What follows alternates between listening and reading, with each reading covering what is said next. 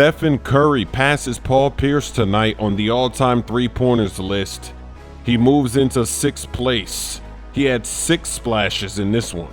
Here goes one from way downtown, well defended, it doesn't matter.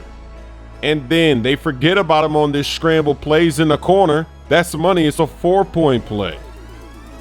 Now in transition, they just kind of forget about him again. He knocks it down in the corner. Then they double team Durant, he pump fakes the helper, makes it splash again. And then he comes off a screen wide open. There it is. Curry finished the game with 30 points. Jokic, he had a perfect game last game. He's going to get an assist to Gary Harris. Harris finished with 28.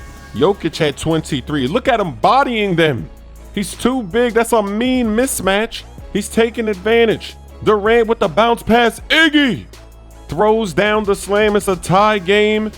11 seconds. Warriors down 2. Curry is inbounding. You know he's dangerous. They fake the handoff and Draymond Green gets fouled. They put him on the free throw line. In the clutch, he's gonna knock down the first. The second free throw is critical for the tie and he misses. It goes out of bounds on the Warriors. As you can see on the replay, the refs had to check it out to be sure.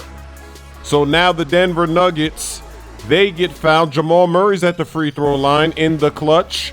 The first free throw is off. And the second free throw is in. No timeouts for the Warriors. They have to go the length of the court. They give it to Curry.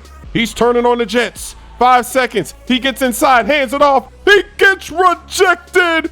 Hernangomez with the game-saving block in the clutch. The Nuggets take this game at home. He's leaning in the direction I'm going. Oh, if you reach, I teach. You know the rules. CP3, he's trying to steal the ball every single time. He is reaching hard. He is desperate. And I got him. Oh, man,